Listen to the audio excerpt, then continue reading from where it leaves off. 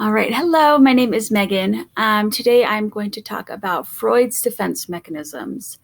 I feel like when people hear Freud, everyone's so quick to say, oh, he's been debunked or none of his stuff panned out. But I feel like there are some things of his that we use every single day and no one really knows it's him. So I would like to talk about Freud's defense mechanisms.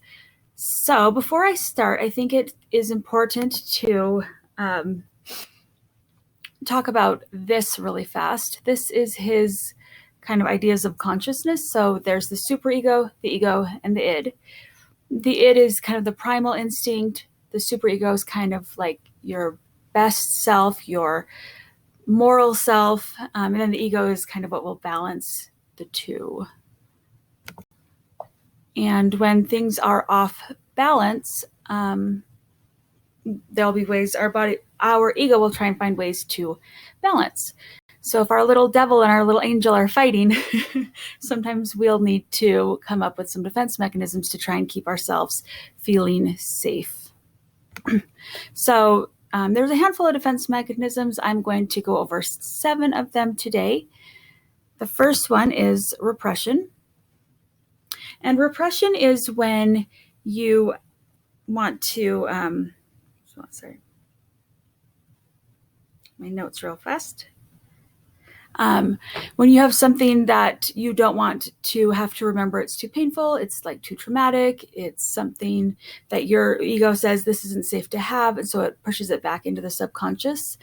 It's still there, and you'll still feel hints of it in your behaviors and your thoughts and your attitudes. But if you are truly repressing something, you won't be able to remember the exact thing.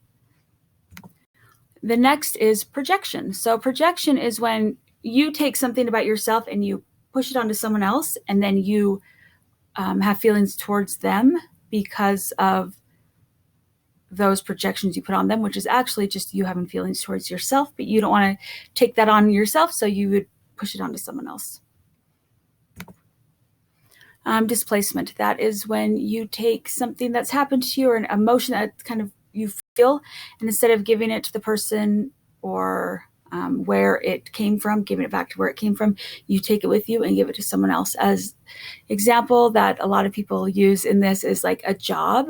If your boss yells at you, you don't want to like yell back at your boss because you might lose your job. So you will yell at your kids, and then your kids, maybe they don't want to yell at you because you're their parents, and then they go and yell at the dog, and it's just displacing that anger and feelings you have towards someone who doesn't usually doesn't deserve it. So that it can be problematic for relationships. You want to be careful not to do that because that can be hurtful to punish people for stuff that other people did.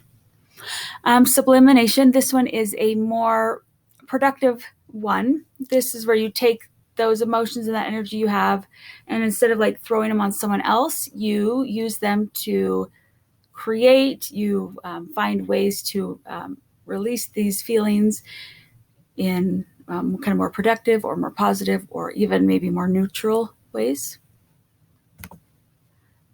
Denial. This is when something, you don't want to think about it, so you just, it's not me, it's not real, I'm not going to deal with it.